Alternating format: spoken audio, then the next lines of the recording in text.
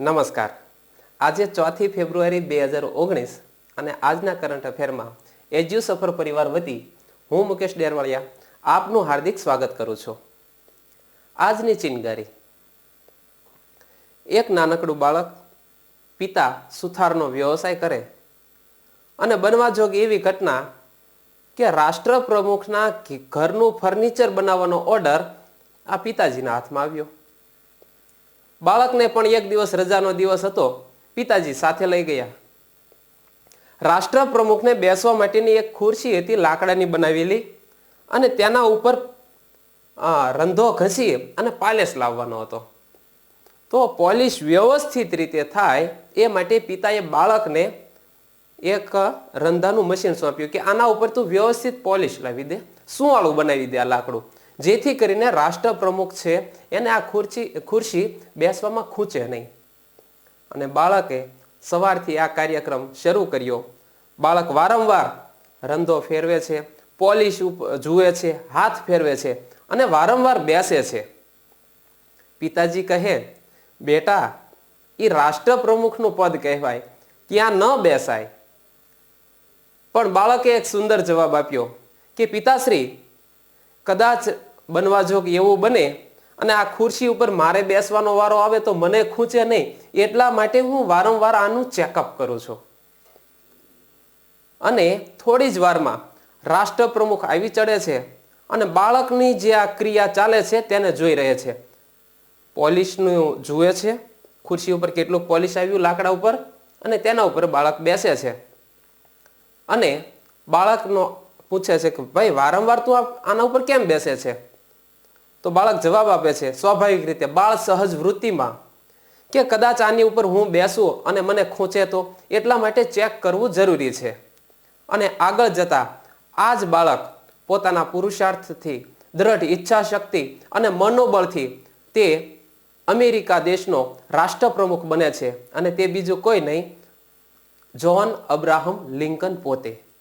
તો મિત્રો, તમારામાં પણ જો મહેનત રૂપી આ પોલિશ લાવવાની જો તમારી તૈયારી હોય તો નોકરી રૂપી આસન ઉપર બેસવામાં તમને કોઈ નહીં રોકી શકે. આજની ચિનગારી પૂર્ણ કરીએ અને શરૂ કરીએ આજનું કરંટ અફેર.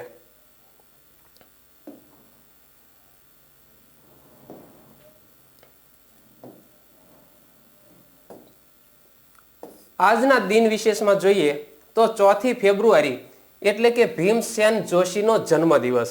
અહીં તમે ચિત્રમાં પણ જોઈ શકો છો કે જેને ભારત રત્નથી સન્માનિત કરાયા હોય એવા સંગીતકાર પંડિત ભીમસેન જોશી, કે જેઓ હિન્દુસ્તાની શાસ્ત્રીય સંગીત સાથે જોડાયેલા છે, એમનો આજે જન્મદિવસ છે. તેમનો જન્મ 4 ફેબ્રુઆરી 1922ના રોજ ભારતના કર્ણાટક રાજ્યના ગડગ ગામમાં થયો હતો. હિન્દુસ્તાની શાસ્ત્રીય સંગીત પરંપરાના તેઓ એક ભારતીય ગાયક હતા.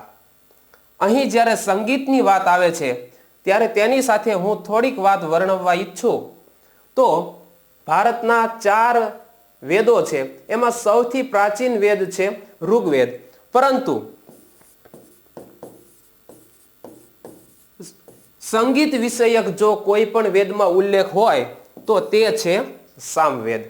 અને સંગીત ક્ષેત્રે જેમને ખૂબ જ ઉજળું નામ છે એવા ભરત મુનિનું નાટ્યશાસ્ત્ર, એની અંદર સંગીતબદ્ધની બધી રચનાઓ, એના તાલ, એનું વર્ણન ભરત મુનિના નાટ્યશાસ્ત્રમાં કરવામાં આવ્યું છે.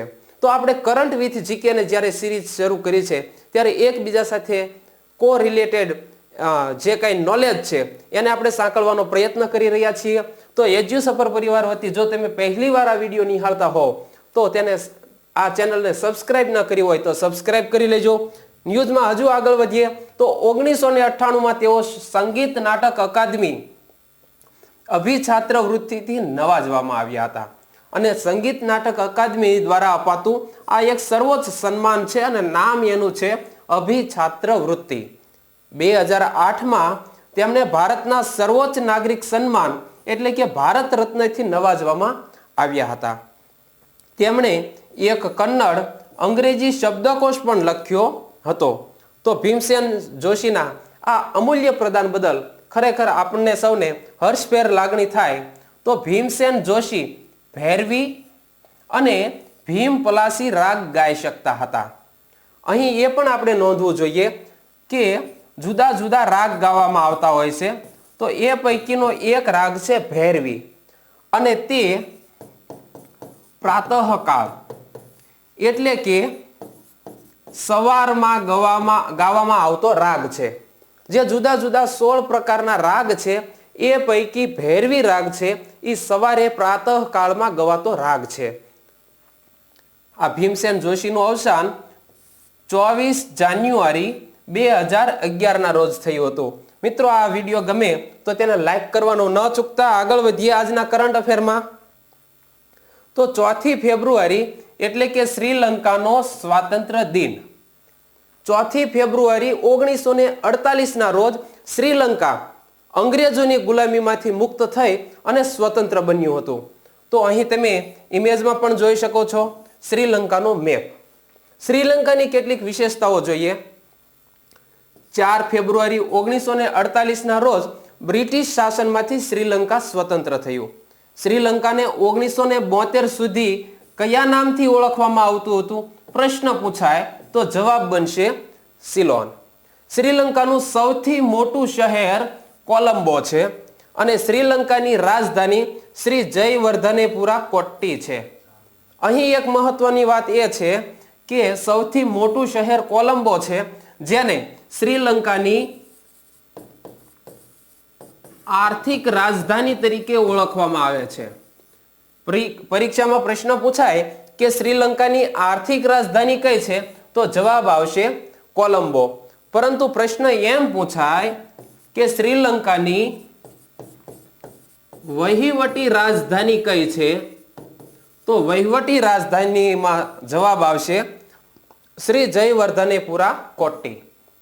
મિત્રો, આ વિડીયો ગમે તો તમારા મિત્રોને શેર કરજો, જેથી કરીને આ નોલેજનો તેઓ પણ લાભ લઈ શકે. હાલના રાષ્ટ્રપતિ શ્રીલંકાના છે મૈત્રીપાલ સિરિસેના અને શ્રીલંકાના પ્રધાનમંત્રી છે રાનિલ વિક્રમસિંઘે. મિત્રો, ખાસ યાદ રાખજો, પ્રધાનમંત્રી પદ માટે જ્યારે રાજકીય સંકટ આવી પડ્યું છે, એવી પરિસ્થિતિ શ્રીલંકામાં હોય અને વારંવાર ન્યૂઝમાં હાઇલાઇટ થતું હોય, ત્યારે આપણને શ્રીલંકા વિશેનો બેઝિક ખ્યાલ હોવો જોઈએ. અહીં તમે મેપમાં પણ જોઈ લેજો. શ્રીલંકા 1972 સુધી તેનું નામ સિલોન, તેની આર્થિક રાજધાની કોલંબો અને તેની વહીવટી રાજધાની શ્રી જયવર્ધનેપુરા કોટ્ટી. અને અહીં ભારતનો નકશો તમે જોઈ શકો છો અને આ બાજુ જોઈ શકો છો શ્રીલંકા. તો વચ્ચે જે આવડી અહીં સામુદ્રધુની આવેલી છે તેને અહીં પાલ્કની સામુદ્રધુની કહેવામાં આવે છે. અને અહીં ભારતનો આ રીતે નકશો તમે આગળ જોઈ લો તો અહીં જે ખાડી આવેલી છે તે મન્નારની ખાડી આવેલી છે. એટલે ભારત અને શ્રીલંકા વચ્ચે દરિયા કિનારે કઈ બે સામુદ્રધુની આવેલી છે તે આપણને ખ્યાલ હોવો જોઈએ. પાલ્કની સામુદ્રધુની અને ગલ્ફ ઓફ મન્નાર એટલે કે મન્નારની ખાડી. આગળ વધીએ તો આજના રાષ્ટ્રીય સમાચાર જોઈએ.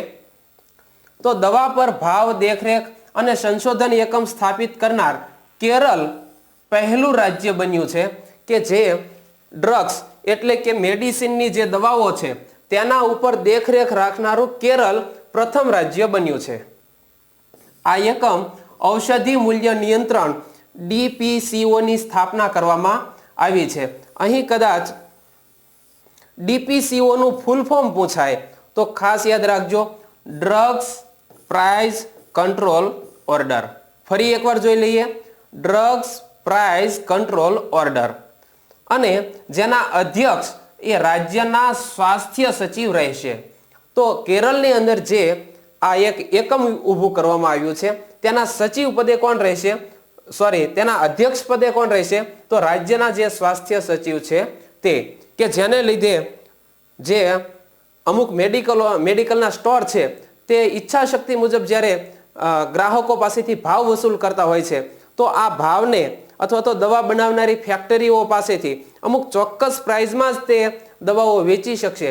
એના માટે આ એક સરસ મજાનું સરકારનું પગલું છે.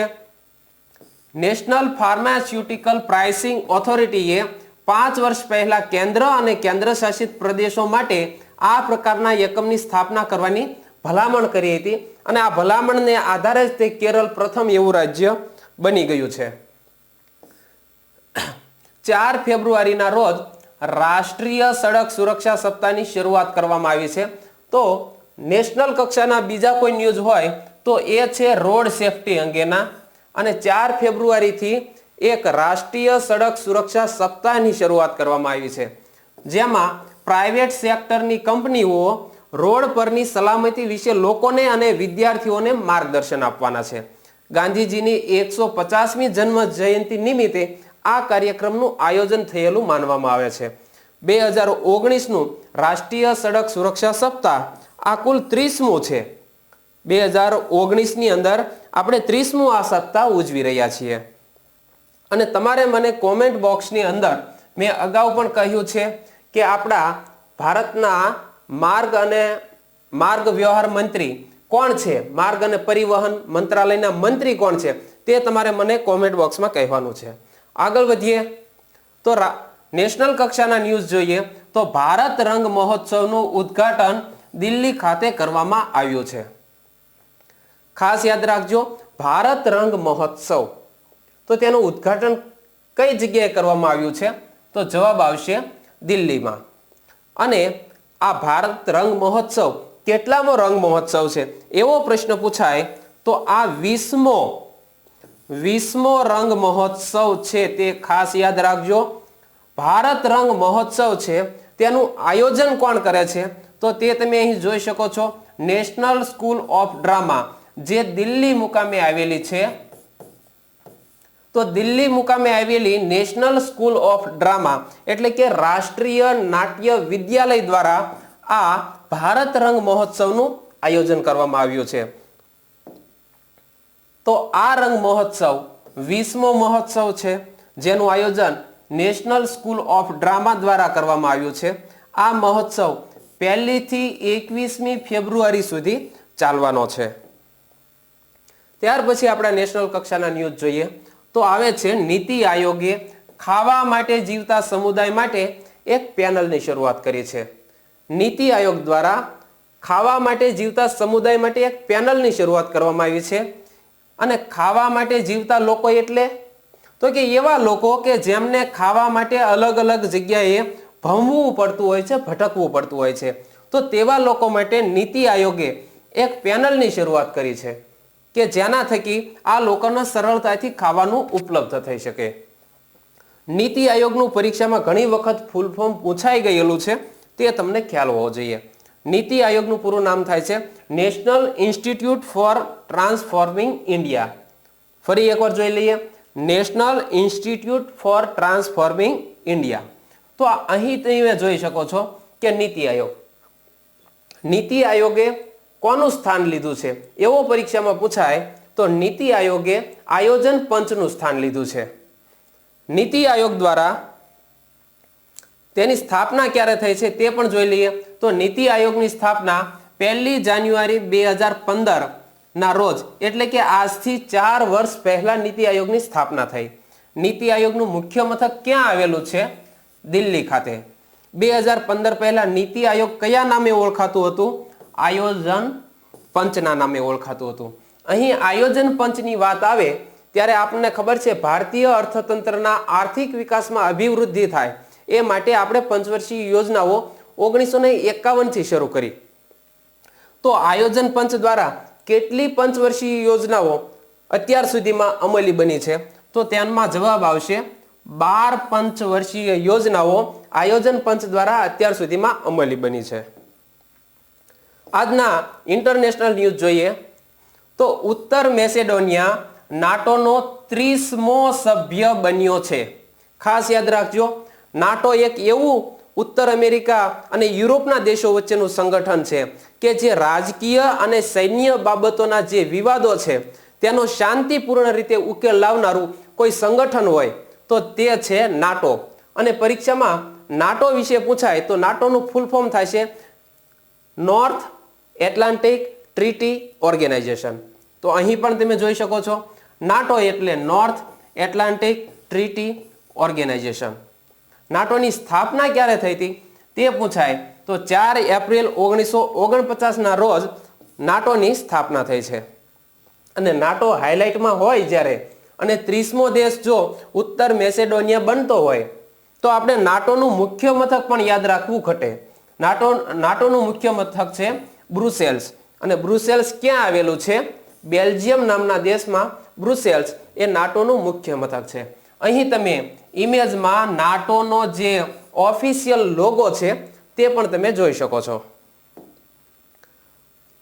નાટો વિશે જ આગળ સમાચાર જોઈએ તો 6 ફેબ્રુઆરી 2019ના રોજ બ્રુસેલ્સ ખાતે ઉત્તર મેસેડોનિયા નાટોના પ્રોટોકોલ ઉપર હસ્તાક્ષર કરશે.